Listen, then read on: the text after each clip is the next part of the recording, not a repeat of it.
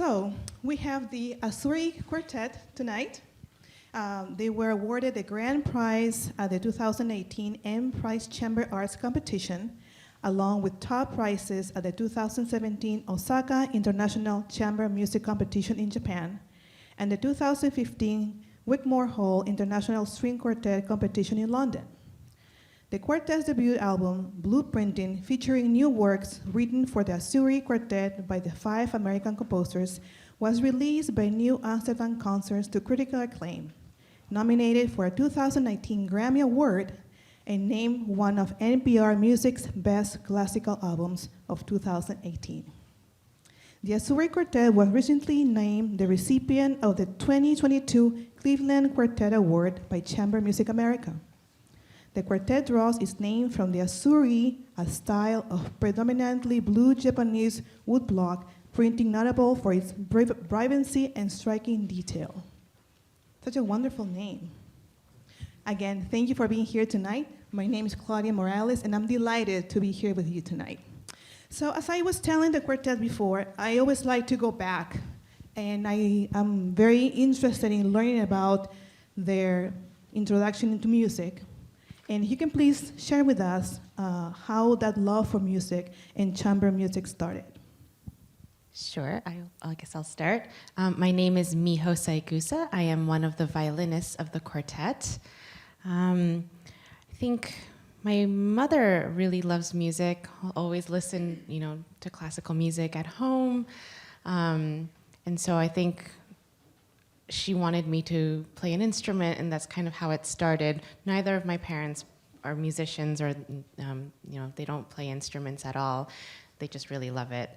And chamber music, deciding to become a musician professionally kind of came a little bit later for me while I was an undergrad. And after I chose that, I went to grad school at a conservatory. And then chamber music, really, the love for it started around 15 or so years ago. I was at the Marlborough Music Festival in Vermont, and also Ravinia Staines Institute. And the love for chamber music grew out of those summers. Hi, my name is Ayane. I'm the violist of the quartet. I have a slightly unusual way of falling in love with chamber music. I always loved chamber music in general growing up and listening to lots of CDs that my dad would put on. But my kind of calling to playing viola parts in a string quartet came when I was an undergrad, and I was actually a violin major, and I switched to the viola when I was 21. But my freshman year of college, I had 3 best friends. 2 were violinists and 1 was a cellist. So there were 3 violins and 1 cello. And we were like, we should start a band. Nerdy band. But we were like, okay, if we're doing a string quartet, somebody has to switch to the viola. So we drew straws. And I drew the short straw. And that's how I started playing viola. But it ended up being such a serendipitous accident, because I realized that I really love playing the inner voice parts in an ensemble and just being able to fill out the harmony and being kind of the supporting actor or actress in a string quartet piece. Nice. I'm Karen Uzunian. I'm the cellist of the group, and my family loved music. My parents were not musicians, but just had a real love for it. So my 2 older sisters played violin and piano. And one day, just out of the blue, my mom picked me up from school, and there was a cello in the car. I had no idea what it was. And she said, "You're going to start today." So we went to my first cello lesson, and I was about 7 years old, and I've loved playing the cello since. I guess I was a little late to kind of deciding to be very serious about it as well, but undergrad was my chance to really focus on the instrument. So I asked my family if it would be, okay for me to go to conservatory and just give it a shot. And I've just always loved chamber music. Growing up in Toronto, Canada, there was this prep program at the conservatory, and I started studying there on weekends when I was like 10 years old, and I got to play in a string quartet that first year, and it just really blew my mind. So it's just been a part of life since then. Hi, my name is Emma Frucht, and I'm the other violinist of the Aizuri Quartet. I grew up in a very musically oriented family. My mom is a violist, and she teaches viola and violin to young kids, and my dad is a doctor, but he was a very serious violinist and pianist. I have two younger sisters, and we all grew up playing together. We also grew up going to summer chamber music camps, and that's where I really fell in love with chamber music. I don't know if anyone here is familiar with Greenwood Music Camp in Western Massachusetts, but that was really, really where I fell in love with just music in general. And I actually spent my undergrad studying art history at Harvard, and then went to Juilliard for my master's, and decided to go into music as a career with the ultimate dream being playing in a string quartet, and I feel so lucky that I get to play in this group. That's wonderful. Correct me if I'm wrong, the quartet is celebrating its first decade in 2022, correct? That's wonderful. Congratulations on that. If you can share with us, how do you get to work together, and how do you meet? What's the connection between the four of you? Do you mean how we started the quartet? So 10 years ago, or actually it was 2011, during the summer, Ayane and Karen and I were at the Staines Institute in Ravinia as individuals, and we were playing, a lot of chamber music together, not all together, but I think I was in a group with Ayane, I was in a group with Karen, and after that summer, we got talking, and there was another "let's start a band" moment. So we looked for our fourth person, and that's kind of how it all started. And yeah, That's wonderful. So let me ask a question to the audience. How many are here for the first Strad concert ever? First timers. Ooh, great. Welcome. How many is there second? Fifth? 10th? Wonderful, wonderful. So for the new ones who are here this year, let me share with you that this is our tradition. We celebrate this every year. So we close the fall season with the Strad concert, in which we celebrate the gift of Mrs. Whittle to the Library of Congress. She gifted 5 Stradivari instruments back in 1935. So every year we come together to listen to these magnificent instruments, and we have every year one quartet who comes, and they spend some time with the instruments, because it's something challenging for the quartet to come and do a performance with a different instrument that they're used to performing. So it's quite an endeavor for them to come, and in this situation, they came and they spent 3 days. They came in Thursday, and they spent Thursday, Friday, and Saturday working with the instruments. And they played some time together as an ensemble, and some time individually as musicians separately. So I'm sure that you want to know about their experience with the instruments and how it was for them to come to the library and react and get to spend hours and days with these fascinating instruments. So if you can please share that with us, that would be wonderful. Sure, I can start. It's just such a special experience to play on these instruments, and I just love being able to hear all of them sing together. And I know for me, I'm always thinking about how this wooden instrument can just become an extension of my body, and how I'm trying to express music, whether it's my personal violin or a different violin. And within the individual time that we got to spend with the instruments, that was really my focus. it's both physical and psychological, trying to figure out the physicality of how to feel the most comfortable, the most relaxed, tension-free with this new instrument, but still create all of the colors and types of sounds that I want to create. And then figuring out how the sound of my particular violin, I'm playing on the Ward Strad, which was made in 1700, and I particularly liked it because I felt like it had a really, really warm, kind of chocolatey sound, and it reminded me of my own instrument in that way, and so I felt like I could express my voice in a kind of similar way through it.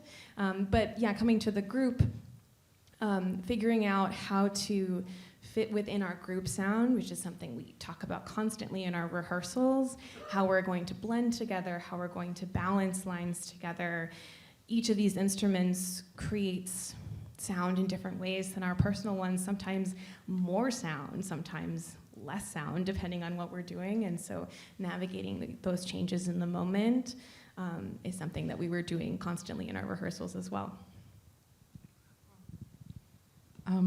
I'm playing, the cello that I'm playing is from 1697. It's called the Castelbarco, and I've never played an instrument this old in my life, and so it's just really exciting to imagine the history of this instrument and all the hands it's passed through, and just kind of in the moment, imagining each note, how it exists through this instrument, and is so wonderful and inspiring. In this particular cello, I heard, is one of 3 Strad cellos that were not cut down at any point in its history. And I find that the very, very lowest end of the instrument, the lowest few notes on the C string, are particularly warm and so satisfying to play. And I love that because I get to support my colleagues in the quartet with that sound, that it's something I've kind of dreamt of having, sort of in that low and middle register, having that kind of support or kind of depth, almost like a spring. I feel like the spring goes deeper in this instrument, which is really wonderful. I'm playing on the Cassavetti viola. I think it's 1725. And coming into this concert and this experience, I was a little bit worried because my instrument that I play on usually, it's called a Joseph Hell, but it's a very tiny instrument. It's usually violas are around 16 and a half inches. Mine is, the one I own is 15 and 5/8. And I know it's a matter of, like fractions of inches, but it makes a huge difference in the way you feel and the way you maneuver an instrument. And when I was a student at Curtis, I was borrowing an instrument from the school that was 17 and a half. And that felt like all the time. So I was like, where are we gonna kind of land? So simultaneously, a little bit worrisome, but also very exciting, not knowing the size. And for violas, I think it's really cool because the modern makers have really developed their individual shapes and styles and sizes that really make playing violas super fun on different instruments because they're all so very different. And sometimes even the width of it changes pretty drastically from maker to maker. And so coming to this Cassavetti instrument, it was actually really playable because I was imagining a 17 and a half, but it's more in the mid 16 range. And despite it being an older instrument and not having kind of the things that the modern makers have discovered of today, the discoveries of today, it is very well balanced in terms of the timbre and the resonance, because that's something that is tricky to find in older violas. And just from the bottom to the top, it's very evenly well balanced, the resonance. And so it was actually really easy to get to know this new friend and just start playing, and it just felt very natural, which was everything I could ask for. So I'm playing the Betz violin from 1704, and I don't know why, but my Japanese side like came out immediately, and I like bowed to the instrument when I opened the case, and like I do that every day when I first, open the case and see the instrument.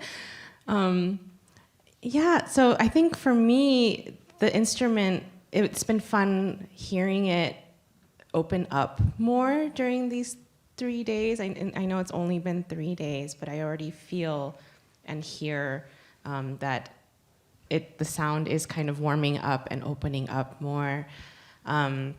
Compared to the violin that I use, I feel it is a darker sound, so that's kind of interesting to play with. But what Karen was saying about the depth, I do feel that. So no matter, even if you're playing really softly or if you're kind of giving it your all, it can definitely take that. And then it can give you, you feel this elasticity in the sound that's really great to work with. Yeah.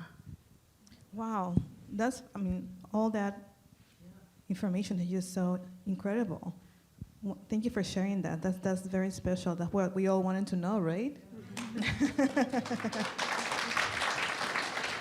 And for our friends here, it's interesting to know that instruments need to be played, and they react to the musicians, and they open up. It's interesting to see and to have this conversation with musicians when they come and they play the strats, because they have seems like they have the same feeling and the same experience, but each one in a unique, particular way. So I hope that you enjoy that information. Thank you. So let's move on into the program for tonight. Can you give us some pointers into what to expect, what to pay attention to in particular, so our friends here can really follow and look for specific parts in the program? Sure. So when developing this program, we were really interested in figuring out how vocal music can translate into the form of a string quartet. The program starts with a commissioned piece by Sean Yeager, which is based off of Mahler's Adagietto from his Fifth Symphony. That's like the direct inspiration, which is such a vocal piece of orchestral music. And actually, I believe it's based off of a song by Mahler as well, if I'm not mistaken. So he takes thematic material from that movement and weaves it into this very expansive canon between the four instruments that you're going to hear. Our note values get shorter and shorter and shorter, and it reaches kind of a culmination in the middle, and then everything dies down slowly. And then after Sean's piece, we're going to play Robert Schumann's first string quartet. And Robert Schumann just was such a prolific composer when it came to vocal music, and we feel that you can find that throughout all of his writing, especially his string writing, his string quartet writing. And the third movement, the slow movement in particular, is almost like a song without words. And then the second half is our Izury songbook, which was a project we put together under the idea that we could create or curate a collection of songs that would span many different genres, involve lots of friends and family, arranging different songs that mean a lot to us as a quartet. Miho actually arranged one of the songs, a song by Debussy, and Karen arranged two of the songs, one by Clara Schumann and one by Elizabeth Cotton. So within this Izury songbook, we have Joanna Newsom, then we have a collection of lieder, art songs, then we take a turn into Americana and some fiddle music, and then we end with some really, really sentimental and sensitive and sweet music at the end of the program. Karen, our cellist, has a wonderful singing voice, and she's going to be singing two of the songs on the program, the Joanna Newsom, which starts out the songbook, so you'll hear some actual singing at the beginning of the second half, and then later on in the program, she's going to sing this song by Elizabeth Cotton called Freight Train. There's a surprise at the very end of the program. I don't want to spoil anything, but throughout the entire songbook, even if there aren't words being sung, vocal lines are being passed from instrument to instrument, and we hope that you can follow them as they pass amongst the group. So at this moment, I would like to open the floor for questions. We have maybe a time for 3 questions before we let them go. Sure. Over here? Yeah, Mike. Who was it? Sure. Thanks so much for explaining with the instruments, the older instruments, because reading between the lines, older doesn't necessarily mean better, just different. And did you have to restring the instruments? I was curious. How long old are the strings? I'm pretty sure they were restrung for us before we got here. So, yeah. And so Yes. how long do strings, is that I a think dozen playings? They're fairly new because I don't know that the instruments got a lot of playing on before we got here. And when we came here, there were a couple luthiers, or people who take care of instruments, working on each of them to, I think, make sure that they were set up ideally for us. Which it requires kind of bridge placement. There's stuff inside of each instrument that can be put in different positions to change the sound.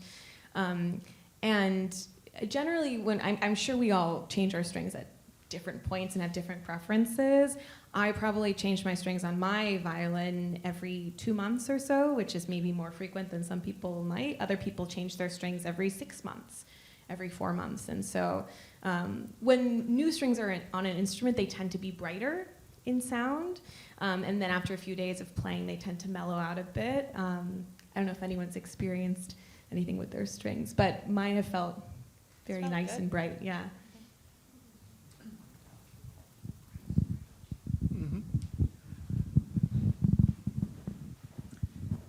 Hi, welcome to Washington. Thank you.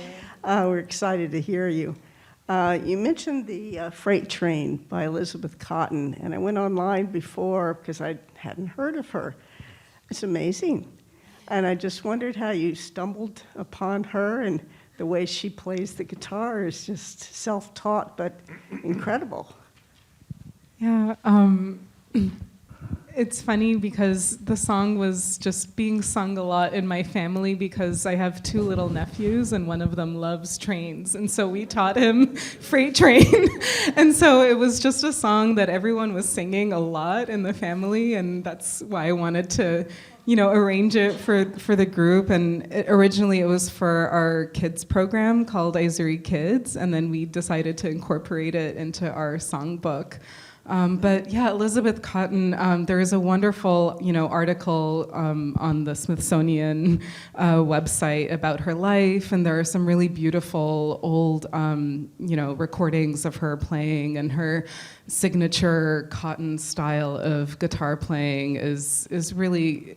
She was really a pioneer and just really influential in especially that sort of bass sound in her guitar playing. And it was just really fun to explore how to kind of evoke that in a string quartet. And that's something that we explored a lot throughout the songbook, is how do we evoke these different things, a piano or a human voice or a harp, etc.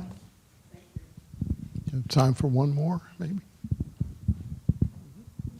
I'm going to follow up with the cellist here a little bit. And but as far as Elizabeth Cotten, does anyone know whether she? I suspect she at some point played on the stage here. I mean, she was active here in Washington playing, not that infrequently. She was well known here, and there are. I think there are television recordings of her, and I know I have heard her play. I guess this goes back to the 80s or the 70s. I think but her career started to grow. The Seegers kind of... exactly, the Seeger family discovered her. Right. It was by total coincidence that she met them. She was working in a department store, I believe, and then started working as a domestic in their home. Right, that's right. And then they discovered that she was this really brilliant musician and started championing her music. She eventually won a Grammy. Her music started to, become really widespread, but very late in life. Well, it's a good question. I don't know if anyone knows it here, whether she has ever performed on the stage here or not. I don't know. Mhm. That's a good question to follow up because Right. I don't So- have that information. Actually, the question, though, the cello-related question that came to me first had to do with, it's the Barco cello, is that right? And you mentioned that the instruments they're so old, they have these long stories, and in many cases changing hands many times. I guess these are all fairly well researched, every one, the history of each of the instruments. Were you given, a history of it, and how much do you all know about the histories, and are there some, in the case of the Barco or any of them, any really compelling stories about their disappearance and reappearance, or their involvement in other I'm going to intersect right stories? there. For all of you, in your program, once you go into the auditorium, you will have a little insert that will give you information about exactly that question. You will have information about where each instrument played in tonight's concert comes from and how all the hands that went through before we got it here. So that's a little treat for you that we have in tonight's concert. And before we let you go, you mentioned the Aizuri Kids. If you can please share with us your project. Sure. It's a project we started during the pandemic, Aizuri Kids, and it's an online web series that mixes together music that we love, that we've played as a quartet, with other subjects like astrophysics or math or cooking, and it was born out of our love for our nephews and nieces and little kids that we know that were stuck at home, and just to give them something that was both musically enriching and fun and educational, we thought, why not try to digitize some of the in-person school visits that we were doing before the pandemic. And we do a lot of fun interactive exercises with kids whenever we're touring. And so we found ways to animate those things and use stop motion, and we all kind of learned how to video edit like so many of us did during the pandemic. But we used those newly found skills to create these web series, and each episode, there's now 7, focuses on a composer or a piece or a concept or a guest artist, and it's been a really fun project for us, and we hope it continues. That's wonderful.